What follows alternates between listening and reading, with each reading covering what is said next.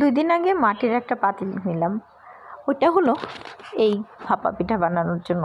সেই কত দূর থেকে নিয়ে এসেছি। ভাপা পিঠা যদি না বানাই তাহলে কি ভালো লাগে এই শীতে? ভাপা পিঠা হলো সবচেয়ে আমার প্রিয় পিঠা, যেটাতে থাকে গুড়, নারিকেল এবং আতপ চাল। এগুলো দিয়ে পিঠা বানালে অনেক মজা লাগে। সে লোভনীয় একটা জিনিস। এই যে দেখুন সব কিছু করা আছে, কিন্তু ভাপা পিঠা এমন একটা জিনিস, এটা খুব সহজে বানানো যায়, কিন্তু খেতে কিন্তু সময় বেশিক্ষণ লাগে না। কিন্তু প্রসেস করতে হয় অনেক সুন্দর করে। কুড়িটাকে সুন্দর করে লবণ দিয়ে, হালকা একটু পানি দিয়ে, ভালো করে চালনি দিয়ে ঝরঝর করে ঝরা দিয়ে নিতে হয়। এই যে দেখুন কত সুন্দর করে আমার যা সব পিঠাগুলো বানাচ্ছে। আমি কিন্তু কিছুই বানাচ্ছি না, কারণ আমি বেশি হাত দিইনি।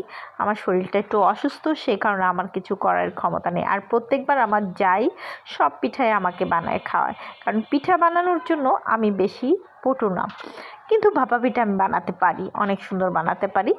তারপরও আমার যা, আমার বোন, ওরা যদি আমাকে বানিয়ে দেয়, কেউ যদি বানিয়ে দেয়, ওটা খেতে অনেক মজাই লাগে।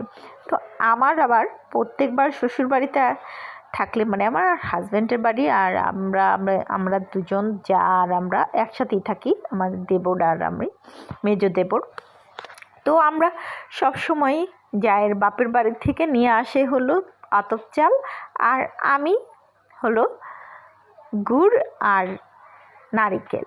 এই দুজনে মিলে সংগ্রহ করে এখন দেখুন কি মজার মজার পিঠা তৈরি হচ্ছে। বাহিরের থেকে কিনে খেলে এই মজাটা পাওয়া যায় না। ধুত্তুরি, কথা বলতে বলতে ঘাট করে ওটা গুড় বেশি পড়ে গেছে, হাতের থেকে ভেঙে গেল। এখন দেখেন আবার বানাচ্ছে। পরিবারের সবাই খাবে, সেটার মর্যাদাই আলাদা এবং ভালোবাসার একটা তৃপ্তি হয়ে থাকে। তারপরে হলো জায়ের হাতের খাবার, সেটার মজাই আলাদা।